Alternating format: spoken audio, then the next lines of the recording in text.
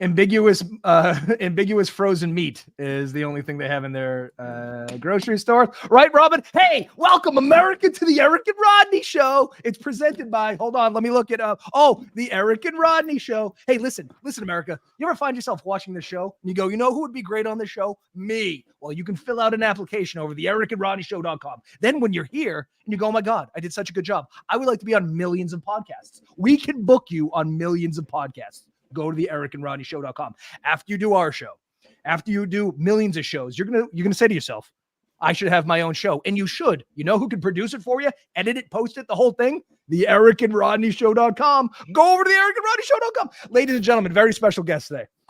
The CEO and founder of Wellavi. I got that right. Well done. Thank you. Abdes Afras. Welcome. Thank you. All the way from Germany. Oh my God.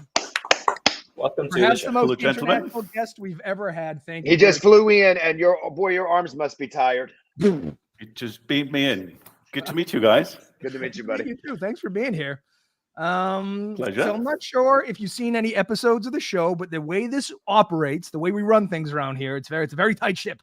First, we talk about the news because America demands our opinions on such things. And then we talk about you for the latter portion of the evening gown portion of the evening. But before we get to that, every day here in the United States is some reason to celebrate, some national day, some sort of made-up holiday that we're supposed to care about. We don't, but I like to call attention to them. Today, though, today's pertinent, has a little bit to do with all of us. Ladies and gentlemen, it's National Entrepreneurs Day. Oh, my God, guys. Ooh. That's us. We are the backbones of society. That's me on the couch. That's literally me on the couch. I'm a big fan. She's an entrepreneur. I have her OnlyFans. I just wanted to really quickly call out some of my favorite entrepreneurs. So what makes us entrepreneurs? Well, I'm gonna show you. This is the great. I think this is the classic lineup of entrepreneurs. So what we have over here is Rodney Steele. He owns a couple of companies. This is Robin. He's an entrepreneur. He's a model. He does abs and feet. He's all over the place. He's a modelpreneur. He's a modelpreneur. I freaking knew it. This is right back here. We have America's sweetheart, Eric Ryan, right in front. I don't know if you know this guy. He's the founder and CEO of Wellavi. Mm-hmm. I thought it's me behind this founder, CEO, and Wellavi. Nope. That is this is what is his name? That's Richard Montañez. Do you know what he did? Anybody? He invented the Flaming Hot Cheetos. He invented the Flaming Hot Cheetos, ladies and gentlemen. The inventor. You think I wouldn't catch a national treasure when I see one? Stop it right now. That man is a legend. How does someone just know that off the bat? That's such an American thing to know. He's a legend. Thank you. He's a legend. I salute you. All right, Robin, I'm going to quiz you. So we have the most important CEOs over on the left. Do you know these other three to the right? Do you know what they've done? You know these nobodies on the right? I know that's okay. One is Colonel Sanders. The other one, I think, is this the Playboy guy? Yeah, it's Hugh Hefner. He invented nude photography, which is very exciting. He invented women. He invented naked women and putting them in magazines. We have the inventor of chicken and frying them. Do you know who the guy in the back is? This is gonna look bad, but no, he probably did something like really actually important. He did something really actually important. Pretty good. He did pretty good stuff. Yeah. Have you ever driven a car, Robin? Have you ever been inside of a vehicle? Oh, is this Mr. Ford? This is Henry Ford. Yeah. He invented cars and wheels. This is a classic lineup, though. Do you think it gets any better than this when it comes to entrepreneurs? Who else would you put in? Who would you take out? I think this is the zenith. This is the apex. Yeah, I don't notice how they're all sort of American, with the exception of our guest here today, and Robin, I guess. So this is international. I identify as American. What's that? I identify as American. That's true. You do. What's going on behind Colonel Sanders' hair, though? Yes, you're right. What's happening in the back? Looks like business in the front and party in the back, right? Well, he didn't get famous until he was almost 70, right? So he didn't give a shit. I did want to say, what's that? Right before Thanksgiving, I think we're doing a rerun tomorrow. So I just want to call attention, a little Thanksgiving-y. Today is also National Stuffing Day. And since we have someone who lives in Germany and someone who lives in the Philippines, do you shove stale bread up a turkey's ass at any point during the year? Is that a thing that you ever do? Robin, you go first. Yeah. No, sir. I don't think we stuff anything in the Philippines. Like, The only thing I could think of is like lumpia, but those are more like wrapped things. We don't stuff poultry. So it's never occurred to you to take stale bread, load it up with butter and sage, and shove it up a bird's ass, and then cook it? No. That's No, weird. that's fair. Isn't I that think weird, that's Rodney, unique. that other countries don't do this? Yeah, you guys got to get on the bandwagon. What's going on? All right. Well, I just We're want going to start a stuffing factory. Yeah, well, I think somebody already did, and I just wanted to. I figured that you two would not stuff some sort of bread concoction up a bird's ass. But if you ever do, don't bother making it at home. Stovetop. I don't know if you've had this, but it's unbelievable. It's the best stuffing out there. People go, no, the homemade stuff. The homemade shit is garbage. Go get yourself some stovetop and shove it up a bird's ass. Okay. I don't even think you need a bird for that, do you? No, you can cook it right on the stovetop. Yeah, you can make it right on a hot plate. Yeah, you don't need a bird's ass to make stovetop, which is what we should make a competing version that says bird's ass and compete. But ours, you have to put it in the bird's ass. Yeah. We in Germany, we try to bring everything over from the US. So I'm sure we have people who do that as well. All right. Well, if you don't, let me know, and I'm going to start importing some stovetop or bird's ass, either one. Are there a lot of people over there driving Camaros? You guys need some Camaros.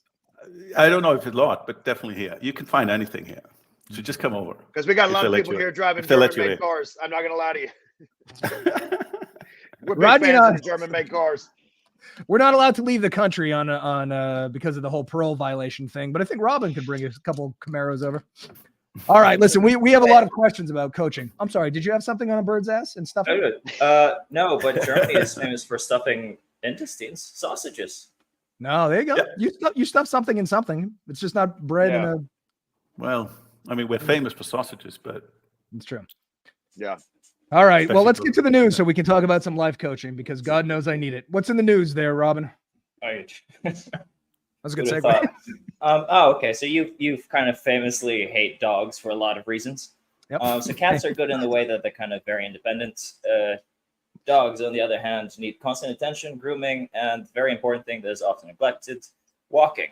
Yeah. Now, I know a lot of people that buy dogs because they're cute and cuddly, but are too lazy to take up the responsibility that comes with them. So the stats are quite alarming. It's 40% of dog owners never even take their dog out for walks in the first place.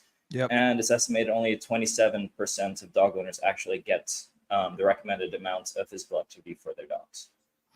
Can I just shoehorn in something real quick to explain to you? So dogs are very prevalent in the United States. 23% of homes own dogs. Do you know how many households have guns? 37 to 47. Just so you know, you're much more likely in the United States to own a gun than you are a dog, and that's batshit crazy. Anyway, so dogs are supposed to get 150 minutes of exercise per week. That's 21 minutes a day. These are wild animals. This doesn't seem like enough. I think partly the reason I don't like dogs is they're out of their fucking minds. They might be out of their minds because they're bored out of their minds. Nobody's walking these things. You guys, all right. So Rodney, you have a dog. You walk your dog? Yeah, I got to be honest. I don't. If you have a dog, I'm not really sure how it would go to the bathroom if you don't take it out. I don't like. That's how he goes. Is you walk him. Yeah, I'm not. I don't know. Now, if you have a husky and you open the door, you'll never see him again. That's true. This is true. My dog's an apartment dog, but he's trained to pee on pads. But he's a small dog, so it's an exception. All right, do me a favor. Can you go get that picture of your dog framed in the sweater? Because that's going to be pertinent to the later when I really go off. You know what's funny? When I go into people's houses, just so you know, and they have down pads, I go too. I'm like, you know what? It's a free for all. Let's see if the dog can beat me. They're usually like, "What are you doing?" And I'm like, "Listen, this is an invitation. Showtime." All the reasons I hate dogs, I never remember puppy pads, but that's another reason I can't. It's less the dogs, it's more the owners. But there you go. Oh my God, he's cute. Yeah, he hangs in my living room. This one. Okay, all right. So here's my second part of the rant is what have we done to dogs? So from my understanding, dogs come from wolves, right? Like we used to go around the fire. Eventually, these things would come close. The more docile would get food. They became man's best friend. I don't have a problem with dogs that look like dogs. Rodney, do you recognize this dog? Yeah, he's a handsome devil. Yeah, all right, that's Rodney's dog. I'm not a dog guy. Beautiful. This dog looks like a wolf. That's what this thing says, right? Looks like you, I thought, Rodney. Yeah, he does look like me. Yeah, he looks like his daddy. He's beautiful. It's all in the eyes. Okay, God. I understand. This makes a lot of sense. What the fuck happened? How did we go from wolves to pugs to bulldogs to whatever this thing is to share? So part of the article says that you can't walk some dogs because they can't breathe, like pugs can't breathe because of their noses. What did we do? This is another thing. When I go, dog owners are crazier than cat owners. Cats just look like smaller versions of panthers. What did you guys do to these things, and why? What's going on with the dog on the left? I'm confused. Is that a dog? That's the world's ugliest dog. Right. Oh, okay. Yeah. I was going to say, I don't know what breed is that. I don't know, but help me out. How did we go from this to this? Does anybody have any idea? I just got to say something. So I went away to Montana a couple years ago, right? And I had no idea this was the case. We ran into some wolves. I didn't run into them, but the very safe group we were with, right? We were looking at them. Do you realize how big they are? People are like, they're like dogs. Hefe, right? My husky, he's like maybe 85 pounds. He's twice, I would say that a normal wolf is twice the size of him. They're huge. So my father-in-law went through a period where he was buying taxidermied animals. So he bought a taxidermied wolf, and it was the size of a fucking couch. They're gigantic. Yeah, they're gigantic. Like a dog. Like I remember seeing one, and it was like, I was like, my God! And there was a pack of them, and I was like, they'll take the car from us. Unless I'm wrong, I think there's only been one death associated with wolves in the United States in the history of our being here. I think they accidentally killed something one time. The very nice I got nervous that it could have been two with me. I just like, I got to get back. We got to get out of here, guys. I wouldn't recommend you take the chance and go pet it, but generally speaking, they're pretty safe. I mean, I was, mile away, maybe. I don't even know how far away, but I said, you know what? You never know with these animals. They might call down to the bears.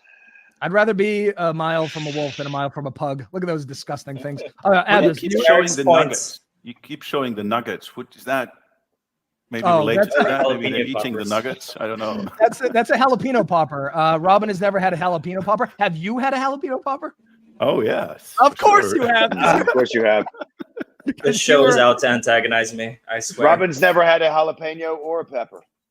Or cream cheese. He's never had anything deep fried. Oh man, I don't know about the Philippines. What's the time between the wolf and these dogs?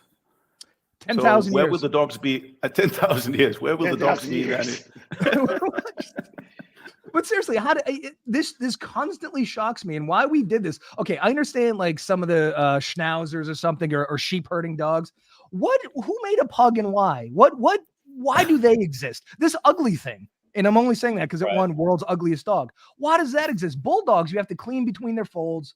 They sweat, like they die. Like a lot of these dogs get cancer. We've just bred them into absurdity, and I don't understand. The weirdest thing about dog breeds, to your point, Eric, is like the definition of a purebred dog is actually the most inbred thing ever. Oh, that's the other thing. They're wildly inbred. Yes. And then you wonder why they're dumb and they hump your leg and they shit all over the carpet. They're inbred to the point of absurdity. Here's a question though. Have you ever seen have you guys ever seen I think it's a cat. It's like a Maine Coon or a Maine Coon or what is it? I used to have a Maine Coon. Look. Yeah, they're huge. That thing. Oh yeah. That's Odie. It's Odie. Wait, he doesn't want to be on the show. He usually is trying to make a guest appearance. Well, I just made it. I'm sorry. What were you saying? What was your point about the dog? I was just saying they're huge. Like Maine Coons are like the biggest cat, and it's not really that big. No, to a dog. Well, compared to dogs. Well, Great Danes. Yeah. Like, oh my God. I mean, they're huge. Yeah, they'll Shetland ponies almost.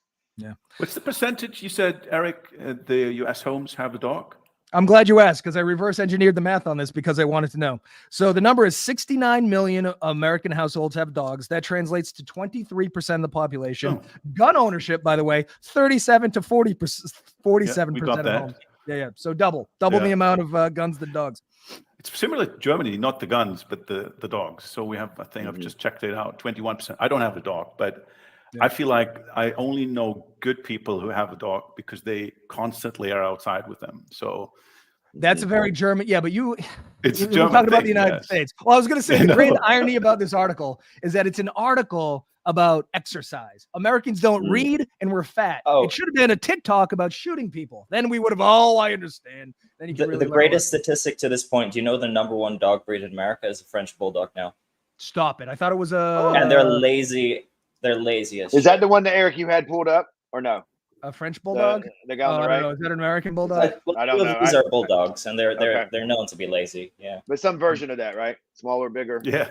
It's because Americans want dogs that they don't have to walk. It even said in this thing, like, so there's lazy breeds that don't want to. Like, that's the American dog. Exactly. We're both on the what the worst thing about dogs is that I would say, and I don't have this with Hefe because he eats raw, but is when a little dog wants to love you and their breath smells like a trash can. Right? Well, it's they terrible. brush their teeth. Dogs never brush their teeth. It's a weird. Or floss. Or floss. But they have dentists. And there's a dog dentist here. They don't tongue scrape. They don't go to the dentist. Yeah. It's embarrassing. That should become a dentist for dogs. Oh, you rake. All right, let's move on from dogs because we have some real issues. Cardi B has said something about politics. Yeah. This is a real issue. I don't know why rappers keep coming up and getting a spotlight on societal problems, but honestly, as much as I hate Cardi B, she kind of makes a little sense. So she's calling out the New York mayor. His name is Eric Adams. Who's Cardi B? On a live stream. Who is she? The left or famous, the right? Famous rap lady, I suppose. Oh, yeah. I get confused the two. Yeah.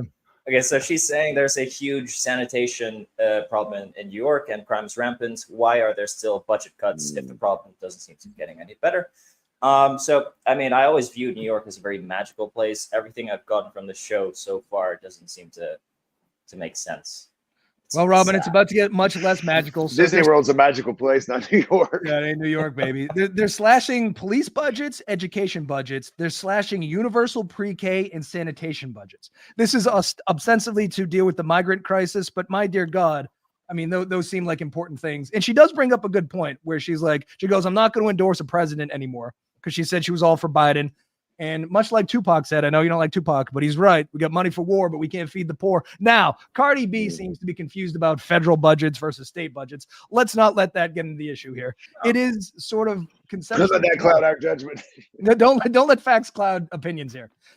As it turns out, though, New York City is the third rattiest city in the United States behind Los Angeles and Chicago. These are guys are kind of small. Well, they're babies. You got you got hyenas out there. It's like prairie dogs. I just don't. They offer you drugs. New York City, and this is pertinent because you live in New York, Rodney. It's one of the great cities in the world, and you're running rampant with rodents. That's bizarre, isn't it? Is that conceptually bizarre? 4-legged and 2-legged. It never ends. You know what I mean? Never ends. I don't know, man. I think isn't money fake? Can't we just print more and solve these problems? Yeah. Like I have a question. New York go. Yeah. Can we? Oh, I have 2 questions. Please, yeah. Now here's the thing. I'm just going to be straight with you, Robin. This may crush your dreams. It's expensive to live in New York City. Very, very expensive. So I'm just asking, right? Just trying to brainstorm here. How in the world will migrants afford to live there? I'm just asking. I'm not trying to be funny. I'm saying like a Mickey Mouse apartment. Like this is probably like a $4,000 a month walk up. Right? There's no way in the world anybody's gonna, you know what I mean? Like it's just outrageously expensive. Everything is so expensive in Manhattan. And the second reason question I have is, did we get word in from Ja Rule on this? Ja Rule has not chimed in. I wish he would. Okay. I don't know what to think until I hear what Ja Rule's opinion is. All we have is Cardi B. I have to assume that Ja was busy, preoccupied in some way. I think about that too a lot because my handyman, he's a naturalized citizen, but he's from Argentina. And I go, dude, it's cold up here. It's expensive. I'm here because my parents were born here. I went to college here. I got married here. I'm stuck. But like, everything in the Northeast is wildly fucking expensive. How anyone affords to live here is beyond me. So yeah, I don't know.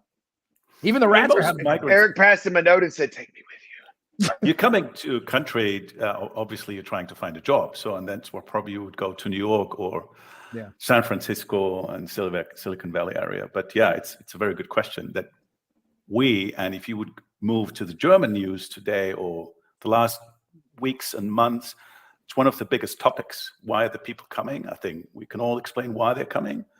And then where would they go? And people think New York is a nice city. I don't know if I would agree. Listen, no, that's why I completely agree. It's a wonderful place. Here's my concern is that I'm not sure that me, Eric, and Robin could get real jobs in Manhattan. No. If you don't speak the language and you have no money. No, I know that's and no real skills. Again, I'm not suggesting these people don't have skills, but my point is that I don't think too many of them are going to come in and be like a wizard at finance. They're gonna be like, I have the black box up top. Yeah. Right.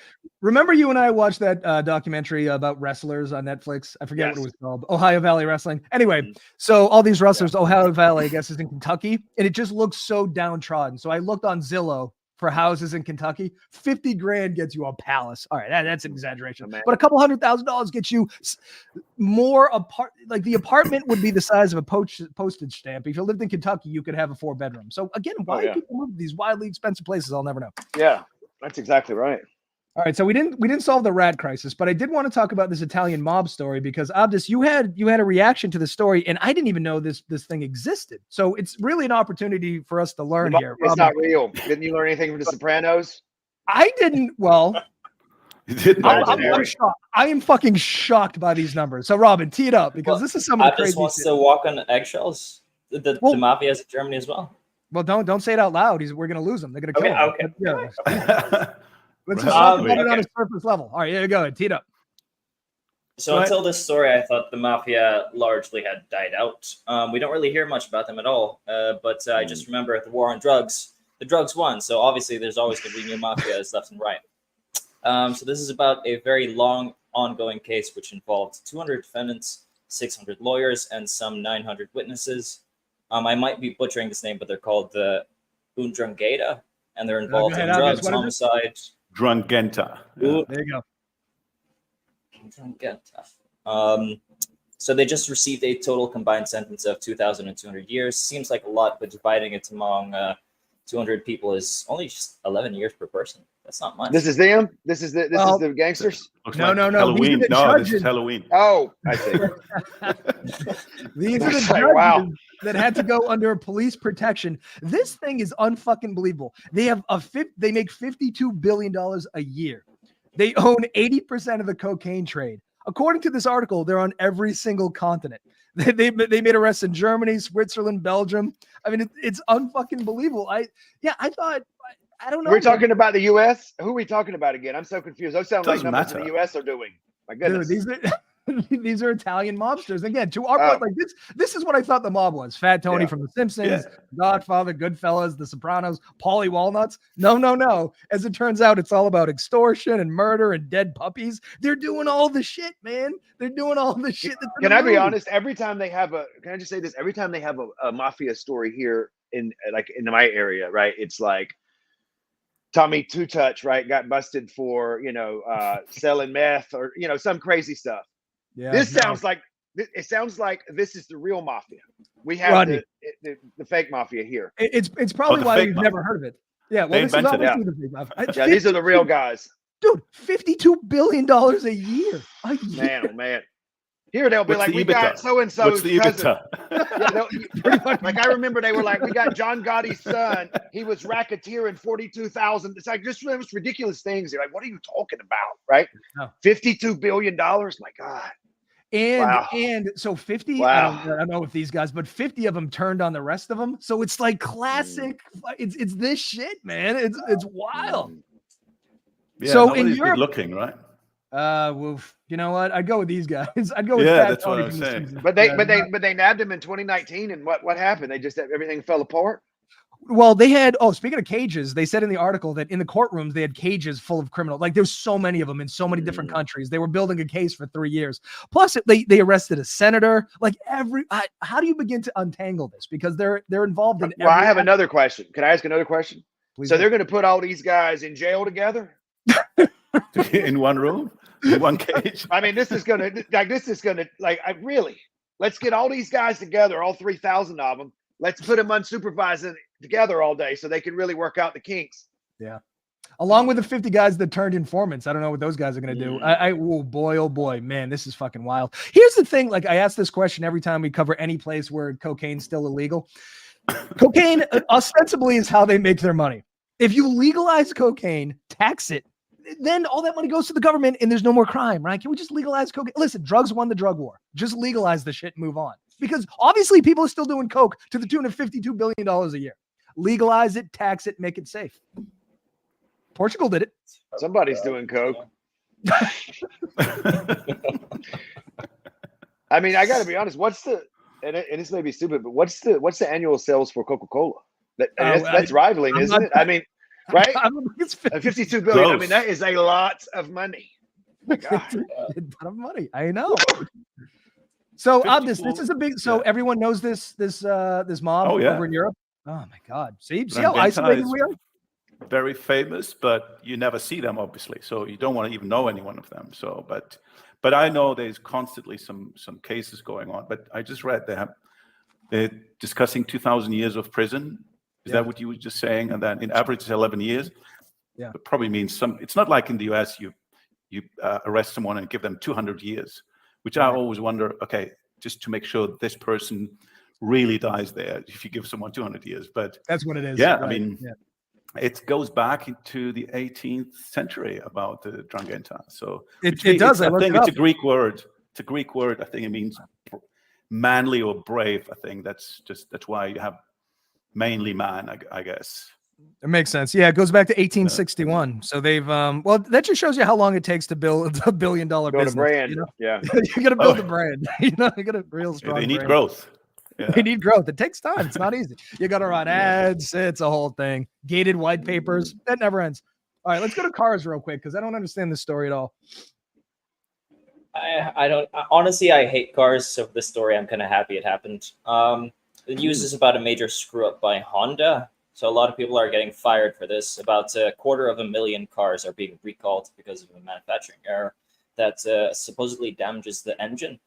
So this is actually more common than we think. So already just this year, it's already on its 14th recall. And this is only the 5th largest recall. So this happens a lot. 3 million Hondas in 2023 have been recalled. 3. Wow. So this is. Can they get it right? Well, this is my question. So I have a lot of. Is it Honda and Acura or just Honda? Because this is an Acura. Right? It's Acura as well. So I just pulled up. Like, they mentioned a bunch of cars, and I just wanted to pull this up because it's a connecting rod issue. This new thing. I don't know anything about cars, but it would seem to me that connecting rod technology is probably pretty old. I mean, when did Henry Ford invent the fucking thing? It's been like 100 years, right? How are you still screwing this up after 100 years? I don't understand. And I had to change a headlight and a blinker light in my wife's car recently. It's the most masculine thing I've ever done because I'm very, very feminine. Look at my hair. And make sure you're looking for you. The Nrangheta is looking for you already. Yeah. So my point is inside the engine, it's different for every car. Why isn't it standardized? Yeah. Why is this endlessly complicated? Why are we still dealing with connecting rod issues? I'm not sure what a connecting rod is, but it sounds like what the problem is, Eric? I'll weigh in here. Yeah. Now we're using connecting wands. Oh, it's connecting wands. So that blows the whole. It was a rod. Now it's a wand. See, so. I just don't understand. Listen, obviously these mechanics are smarter than me, but I just wanted to tie this back into the dog thing because in 10,000 years, you went from a wolf to a pug. In 60 years, we went through I'm not a car guy, but these are cool looking cars, right? They're interesting looking. There's some art to them. They're different colors. That's a fucking, it's like Elvis. Look at that. Look at this. I even went through a period where I drove a 2-tone PT Cruiser. It's this exact same one because it would incent people get so angry at the PT Cruiser. But my point was at least it fucking looks like something. This looks like nothing. This looks like everything else on the road. So I just think these are the wolves and this is the pug. And I'm curious as to why everything sucks these days. But we talk about Honda here, right? But I mean, 250,000 cars is a lot. But I bet every of them are calling cars back. Oh, on I'm a regular sure. basis, yeah, right. But I just don't. Yeah. Why Honda? But what I'm thinking of when they say calling them back, what I see the future is probably going to be as speaking of all the electric cars. I thought Elon Musk is going to be here today, but he probably is too busy, right? No, he's coming. Oh, he's coming. He's running the AI over there. Doing some AI stuff. Yeah. Touching up. There he is. Oh, there he is. Hey, hey buddy. Yeah. Don't talk now. You pull that up at light speed. His hair looks thin. But they will just not call the car back. They just call you and say, on your computer, right? Remote help desk. I'm pretty sure this is going to be possible in 10 years, probably, where they just fix everything remote. You know what doesn't make sense to me? Can I just say this? I took my car in one time, right? True story. And the guy said, well, what's wrong with it? I said, you're not going to believe this. I have no idea. So I went through the issues and he's like, well, here's what I'm going to do. I'm going to hook it up to the machine and the machine's going to tell me. Yeah. And then I got to thinking to myself, what are you doing? If the machine's going to tell you what's wrong, maybe how do I get the machine? You know what I mean? So he comes back and he's like, well, I'd hook up the machine. It's going to be X amount of dollars. And I said, but you need the machine. I don't need the machine. If I was a mechanic, I would know what's wrong. Anyway, I come to find out they have to hook up the machine, figure out what's wrong, and then based upon that diagnosis, then they have to fix it. But this is genius, though, and this is what I say about CRISPR all the time. Since we've sequenced the human genome, and now we have CRISPR that you can edit genes. Eventually, doctors, we're not going to need them because you're going to feel sick. They're going to read your gene, see what's fucked up with you, and then a machine doctor is going to fucking fix it. That's going to be great. I think this was the canary in the coal mine, the machine that can read the computer. Soon they'll be able to read us. Oh, what a glorious day it'll be. Well, they are machines. I read today that by 2030, there'll be that I think 70 or some ridiculous amount of time. Like a doctor will diagnose you for limb surgery. And then I think it's Da Vinci's the machine will do it. Beautiful. They say the only job that's going to be safe from AI is podcast hosts. So thank God we're in this industry because we're untouchable. And prompt engineers. Obviously prompt engineers. So we in life coaches and health coaches, and you're never going to guess what time it is. So we skipped the migrant story because we need to talk about you. So don't worry. We won't get canceled. Let's talk. Can we talk about Wellavi? You want to start out with a little history, little hero story, the journey? How did we get here? Absolutely. Thanks for having me here. I love the format. Thank you. Would love to come back and then have other news, but I love it. So the journey Wellavi is a combination of two languages, which is English, which you guys apparently know. Well, kind of. Yeah, I want to go that. We've heard of it. And Avi, which is French, which means life. So well for good, and Avi for life, good life, and then the VI behind me stands for Roman 6, which is for our 6 dimensions, and it's a hexagon behind me. So that's our logo, and we are a personal development, well-being / coaching platform. We're trying I've never seen someone not saying they want to disrupt something. So I've never seen someone founder coming in and say, I just want to continue the same shit, try to take some market shares. But we looked into the space, especially post-COVID, what's happening in the world. We talked about challenges, whether the rats or I think I just saw mouses in New York. But that's what you call a rat, then you should come over to Germany. We can show you some proper rats. Those are children. Those are baby rats. We having a rat contest? All right, you guys win. I don't even want in 6 different dimensions. So we looked at what's happening in the world, and the world is suffering. And take everything else aside, what's going on at the moment, which is very sad, but the human beings are suffering mentally, physically, and if I look, so when I started to work, it was cool when people said I'm about to be burned out, right? Because they say, oh, look at him, he's got a BlackBerry, he's cool, and he's talking about a burnout. So that was some buzzwords, but now this is reality now. A lot of people experience a burnout and stress and anxiety. Just looking into a study from last year from the WHO, just the economy, the economy is losing worldwide 12 billion work days a year because of stress and anxiety. So why is that? That people either not showing up, that's obviously no productivity, or they show up, but they just don't do anything. So 12 billion, right? Just to repeat that, 12 billion every year, which results into $1 trillion damage or loss in economy. So if you just look into that, if you're coming into the platform, and we were just talking about what we were doing before the internet has arrived. The internet has brought good things, but a lot of bad things, as we know, which probably is always for everything. But the thing what's happening is that people also, like the social skills have just changed. So people, like if I had an issue when I was younger, I would just go to a friend and talk to a friend or my brothers and so on. And that's also not the situation anymore. People just talk digital. And that makes people sick, real sick. So, I mean, that exists in every country, probably in Western countries. We have hospitals in Germany where they're the top managers. They were running big companies, and now they don't function at all. Nothing. Right. right? It's like a little child. You need to bring them back and grow them up. And that's what we're trying to avoid in democratizing coaching. Because when I was younger, I had mentors. I was lucky to have people who believed in me. But coaching is very expensive if you look at executive coaching. And I always bring the example of Cristiano Ronaldo. I don't know if you guys know him. Obviously, you know him. He's even famous in the US. Soccer, football player.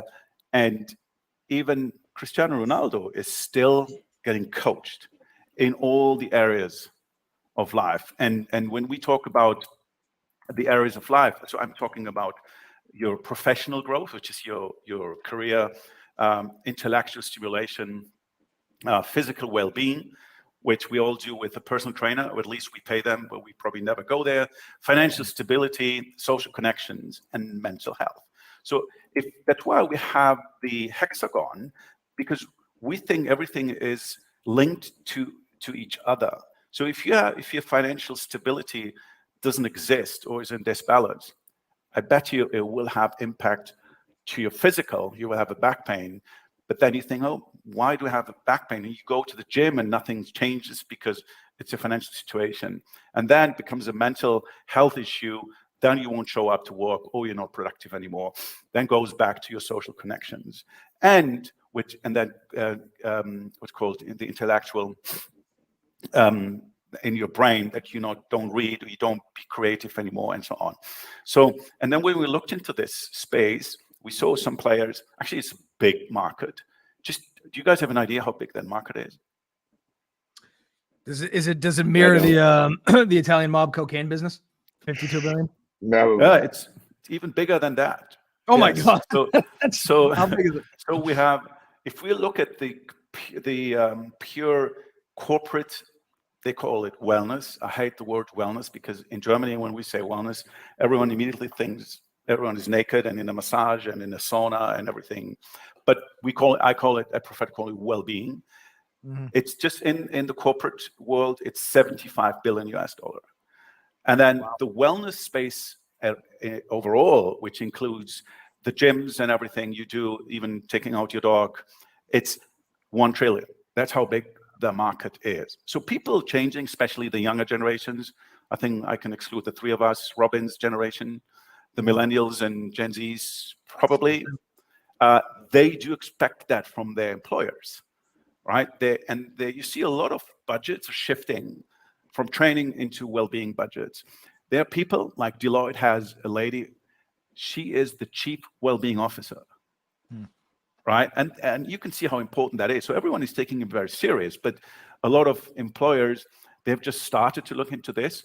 And what we have done is just to be, what is it that differentiates us from others? So coaching has existed for a long, long time. And even if you look into the name, where it's coming from. But if it's just career and my mental health is not in a good place, then the coaching or my career won't help. Right. And what we have built is we have a digital or a self-assessment that's based on colors and shapes. So why is that? At first, the psychology of color is very powerful. You can read a lot about it, how powerful it is, how people react to different colors. That helps us to create a profile of a person. Because if you talk to people who use coaching, they would complain about not having the right coach. And that's where we started. So when you come to our platform, we guide you. And you can see it in our slogans. We guide people to better tomorrows. I know the grammar is wrong, but that's intentionally. But the assessment that you go through, because on the typical assessment that exists are multiple choice. Human beings tend to cheat. We all would do that. Multiple choice, Rodney would just take the best and just to get a better result. And we would do the same. But with colors and shapes, you just have no idea. You're just going to select what you think is right for you.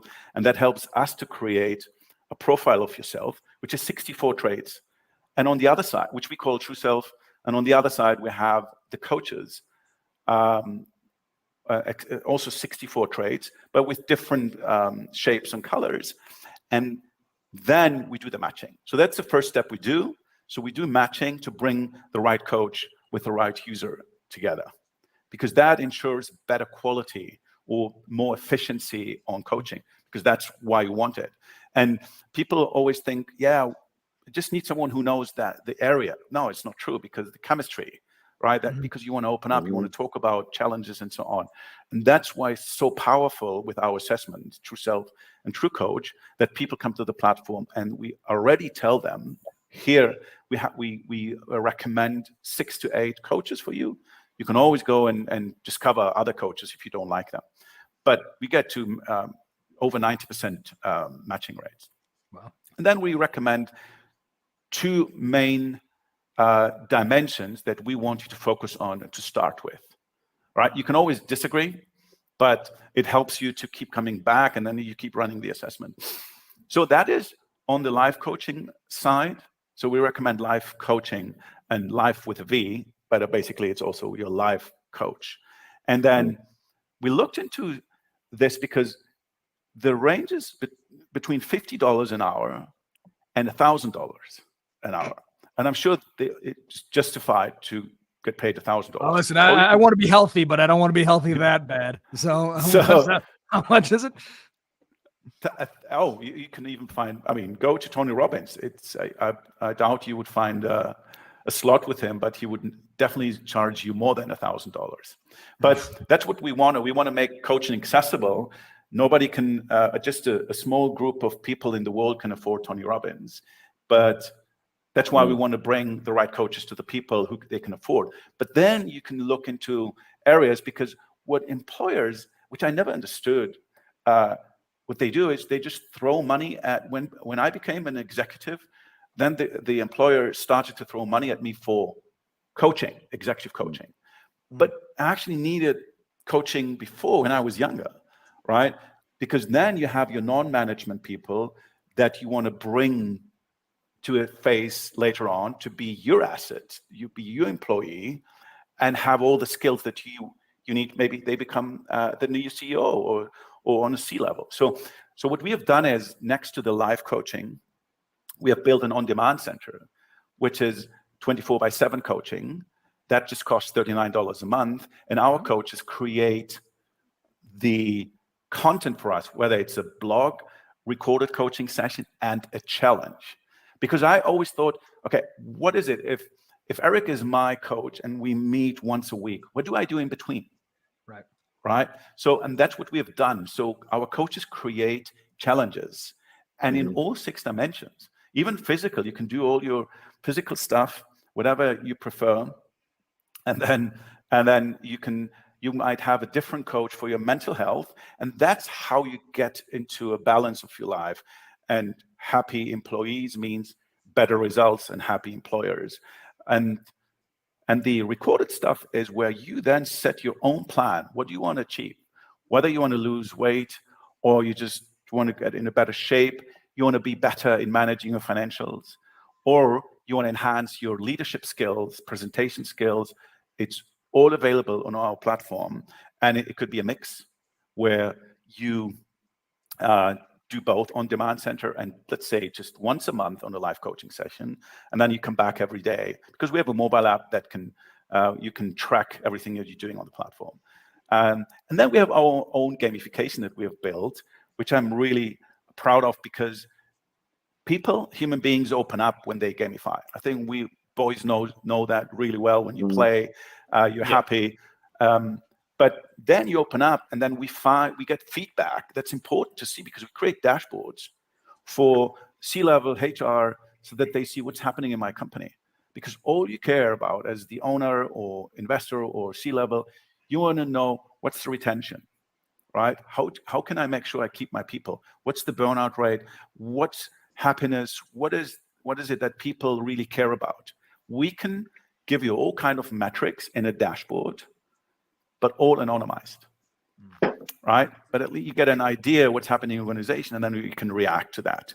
And that is why Wellavi exists today, so that we can be everywhere. My coach could be in Manila, right? Because maybe they're there and they're just the best match for me, as long as we speak the same language. And we can filter that, right? And then think of the future where we think Wellavi can be taken into schools and university. We're actually already talking to universities, but there are a bunch of universities where students are literally afraid of the next phase of their life. So how can we help there?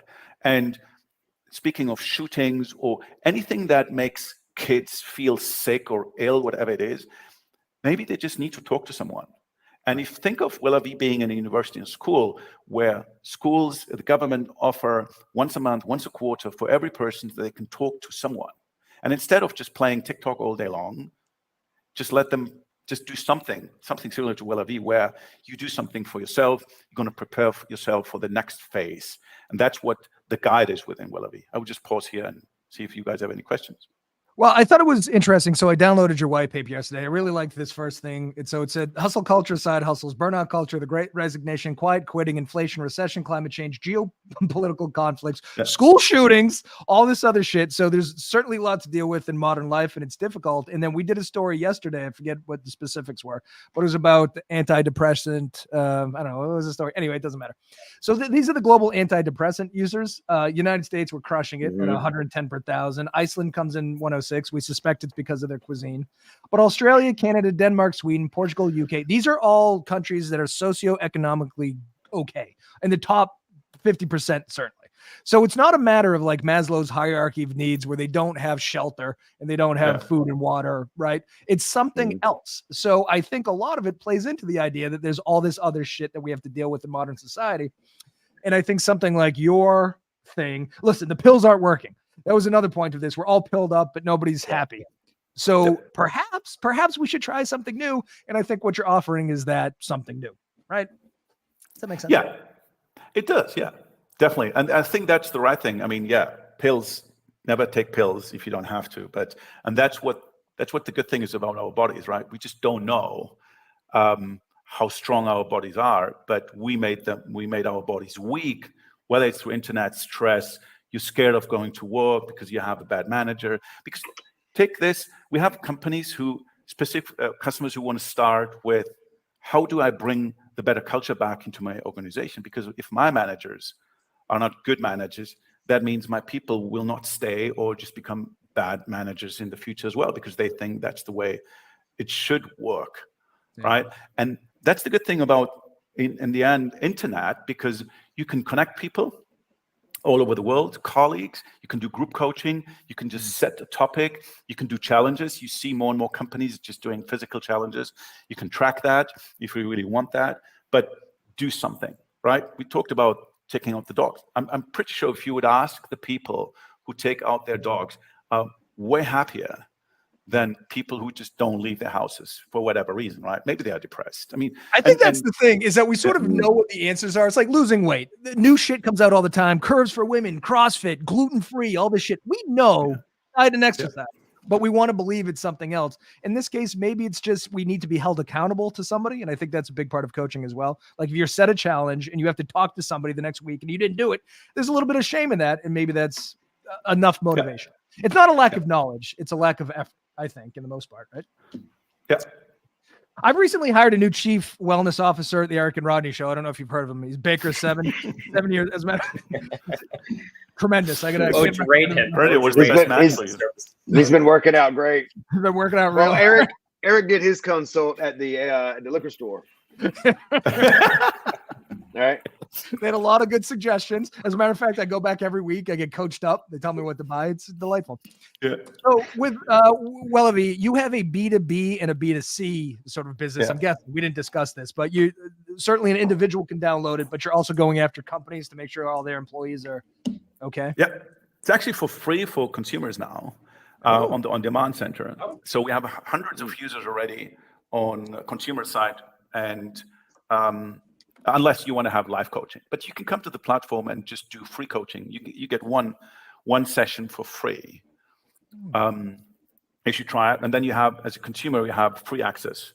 At least for the next few months, we will let people use the on-demand center free of charge. And the good thing is, if you do assessment, we will recommend also content and recorded coaching sessions for you. So you don't even have, because people would say, oh, I can find those on YouTube. Yeah, I'm sure you can find something, but how long will it take you to find that?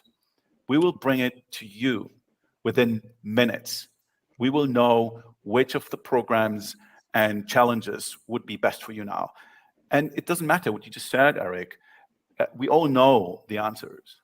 We just don't do it. So we need someone. Like, why people go, even the big dudes in the gym, they always take someone with them because they cannot lift it up anymore. But that's, we need someone. And see Wellavi as your friend who is with you every day. Your friend in your pocket. Yeah. Yep. So I've been talking to my assistant chief wellness officer this morning. So just let me help for a layman. Yes. I sign up for the app. If I'm paying $39.95 a month, what happens is I take an assessment. You have then decided through the assessment what's most important to me or where the areas that I need the most help with. You give me a choice of multiple coaches. I choose one of these coaches, and then how often do I speak to them, and how often are they setting challenges? Is that a once a week thing, or what does that look like? A good average you can afford life coaching is once a week. But again, it's a question if you have the budget, but that's where the difference comes in with your employers. They do have the budgets and they want to make sure their people, their employees are happier. But what we also want with the on-demand center is it is still coming. The content is coming from the coaches who are on our platform. We have coaches who just provide content. They don't want to do life coaching because they think they're not good with life coaching. But the content is there and you use that every day. We say, I was just playing with the hexagon, but just use Wellavi 6 days a week and just take 1 day off, right? Without doing anything. That's also wellness or well-being. But for each day, you could either focus on one dimension or you just do 1 week, one dimension, and then follow the other weeks to keep the balance.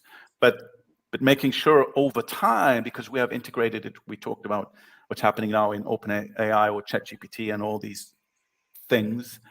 It's also integrated with, you have your virtual coach. You can talk, let's say you wake up in the middle of the night and you don't have your chief wellness officer with you, Eric, then you can just go to Wellavi. I have a secretary right here.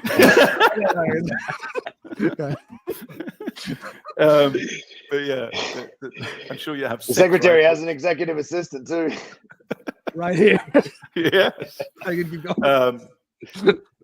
You wake up, right, and it just went out with the dog, your chief wellness officer. Yeah.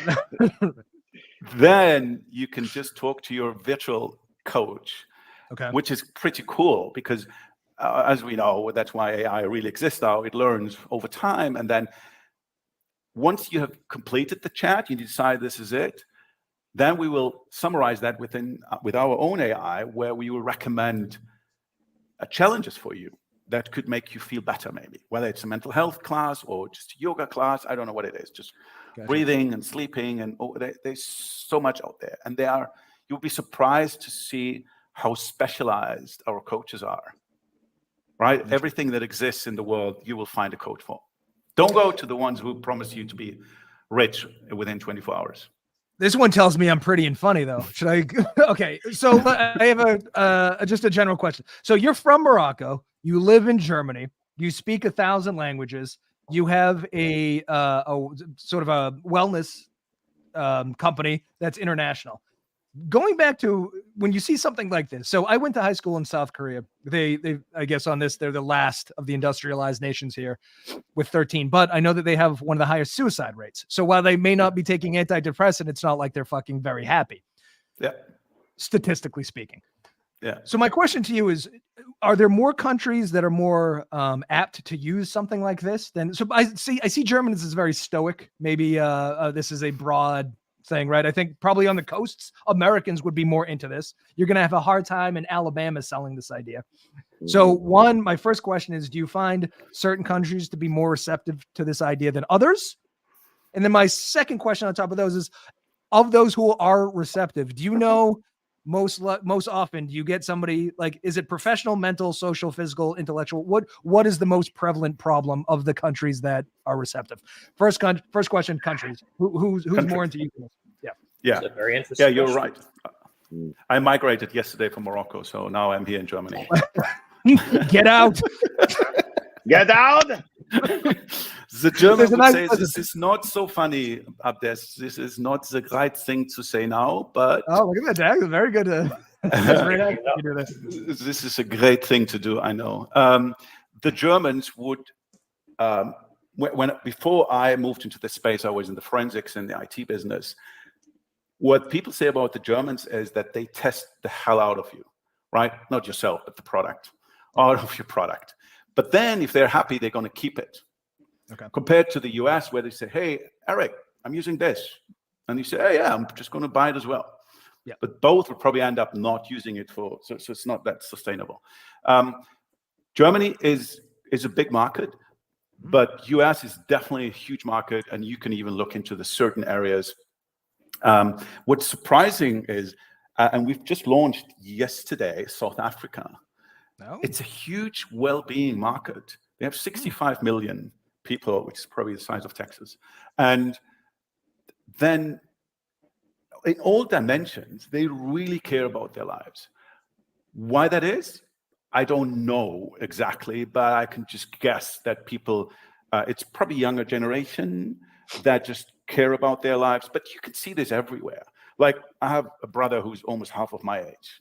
This is how it goes with Moroccans, I know. But he looks so much better. So they just, what I'm trying to say is, the younger generations you will see in every country now, that they want to go to the gym, they don't want to fuck around, they just want to look good, healthy, and so on. And that's why you see companies like Wellavi come up now, because these people want that. And then I look at UK. We have a lot of coaches. We see a lot of coaches in the UK. You see France, and we talked about US, Australia, and Canada. So these countries I've seen a lot. But again, we can take Wellavi overnight into every country. Speaking of dimensions, is you would say, which is a big portion of the wellness, the $1 trillion we talked about, it's physical. So personal trainers, they exist everywhere. And some are doing a good job, some are not, some just say they have a personal, like a friend of mine who's a personal trainer, and he said, can you stop telling people I'm your personal trainer because you're damaging my reputation? So these kind of people exist where they just say I have a personal trainer. But mental health we have a mental health crisis in the world. And you just talked about Korea, which is right. We have a student who is from South Korea with the University in Washington, D.C. We're going through a study. It is the highest, as you said, Eric, the highest suicide rate. Yeah. Horrible. But yeah, you can look there, you can look everywhere. Now the time's coming, Thanksgiving, which is it Friday or Thursday? Thursday, baby. We're going to stuff some bread up a bird's ass. You want to come over? Well, it's my birthday every year. So my birthday is 24th November. So last year was Thanksgiving. Happy birthday. What are you, 26? One day I will be. You going to celebrate 21, going out to drink? Yes, one or two. But then mental health crisis everywhere. Yeah, really. As you said, it doesn't matter where you are in the world. Oh, no, look at this. It's fucking crazy. That needs fixing. One more question before you can plug the thing. I'm just curious. Do most people seek out coaching to get to baseline or to improve their lives? Because I feel like LinkedIn, for example, a lot of people like, oh, it's cold shower time, it's journaling, wake up at 4 a.m, no drinking. That seems to be you are baseline and you want to improve because you're a lunatic. But then there's also people that just like, I need to get to fucking normal before I start walking every day or whatever it is. So in your experience, is it more people that are just looking to fucking even out, or people that are looking to be Tony Robbins? Well, it's a smaller group of the Tony Robbins clients, but I figured it was the Tony Robbins kind. Yeah. But I mean, we need them too. Yeah. But the majority, I would say, if they start coaching now, they just want to just get back to your foundation, to your base, so that you know where you actually want to go. I bet you most of the people, maybe here, all 4 of us, is that we just realize every morning, think, damn, I didn't do anything for my well-being. And like we are young and we can do all kinds of things. We can drink, eat junk food, and so on. But 40 years later, you just think, oh, why did I do that? But people really want something. They want a guide, and then not a not Sherpa, big a plan. health Sherpa. Yeah, just a plan. Yeah, Mhm. just a journey, guiding people to better tomorrows. There you go. There you go. All right. Do you want to do a little? We have 30 seconds left. Do you want to plug? Tell them where to go if they want one of the 6. It's 6, right? Plug it up. 6. Let's go. Just go to our to the App Store or Google Play and just download the app. For those of you consumers and not employers, you can use the platform for free, excluding live coaching, but you can get 1 session for free. You're doing this for yourself. It's really important. This is your life. For those who are smokers, the amount of money you're spending on cigarettes, take half of it and spend it on Wellavi, and you'll feel much better than the cigarette you're spending or you're smoking. And the 6th dimension of your life is going to make you gives you the holistic approach of your life. And I bet you after 6 months, you will see a big difference in your life. And you either know someone or it's yourself who are actually going through a tough time. Wellavi is there, as Rodney said, your friend in your pocket. We're going to use that, Rodney. And if you're Italian, for a fraction of what you're spending on cocaine, you can improve all pillars of your life: professional, mental, social, physical, intellectual. All right, we have to log off, but I think tomorrow we're going to run a rerun. So everyone enjoy the stale bread concoction up a bird's ass. The biggest bar night of the week tomorrow night. Oh, that's right. That's tomorrow night, right? Yeah, go home, get in a fight with your high school friend. It's going to be great. All right, we will see you Monday, America. Goodbye. Have to stay around. Don't leave.